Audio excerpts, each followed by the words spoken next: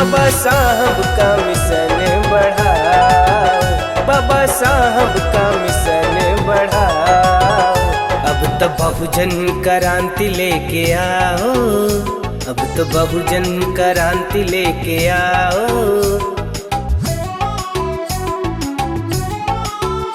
अब तो बहुजन क्रांति लेके आओ, अब तो बहुजन क्रांति लेके आओ।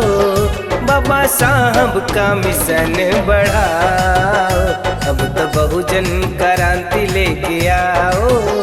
बाबा साहब का मिशन बढ़ाओ, बाबा साहब का मिशन बढ़ाओ।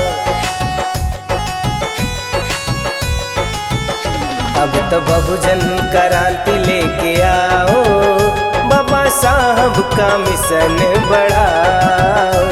जाने अनजान में तुम भटकते रहे, ज्ञान बिन तुम अंधेरे में अटकते रहे, ज्ञान बिन तुम अंधेरे में अटकते रहे। जाने अनजान में तुम भटकते रहे, ज्ञान बिन तुम अंधेरे में अटकते रहे। मनिवर कांसी राम जैसा बन के आओ, मनिवर कांसी राम जैसा बन के आओ। बाबा साहब का मिशन बढ़ाओ, अब तो बहुजन क्रांति लेके आओ। बाबा साहब का मिशन बढ़ाओ, बाबा साहब का मिशन बढ़ाओ। अब तो बहुजन क्रांति लेके आओ, बाबा साहब का मिशन बढ़ाओ।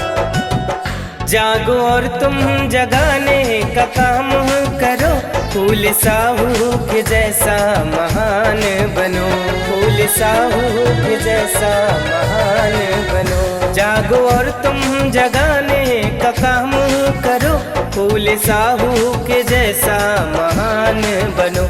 माता सावित्री फूले बन के आओ, माता सावित्री फूले बन के आओ। अब तो बहुजन क्रांति लेके आओ, अब तो बहुजन क्रांति लेके आओ। बाबा साहब का मिशन बढ़ाओ।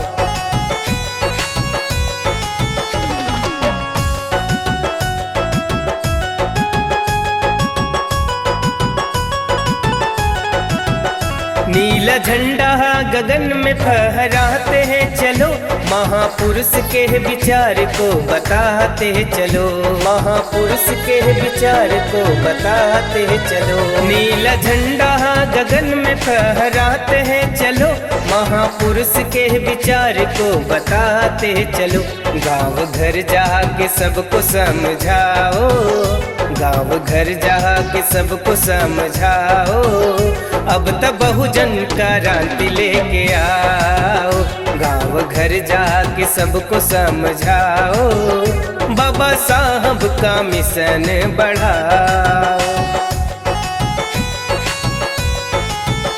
अब तो बहुजन क्रांति लेके आओ, बाबा साहब का मिशन बढ़ाओ। जगमगा जाए फिर से ये भारत मेरा, बौद्ध हो जाए फिर से ये देश मेरा, बौद्ध हो जाए फिर से ये देश मेरा। जगमगा जाए फिर से ये भारत मेरा, बौद्ध हो जाए फिर से ये देश मेरा। गुरु राजगनी फिर से गीत लाओ, गुरु राज हरिओम फिर से गीत लाओ। अब तो बहुजन क्रांति लेके आओ, ओम से अमरजीत फिर से गीत लाओ। बाबा साहब का मिशन बढ़ाओ।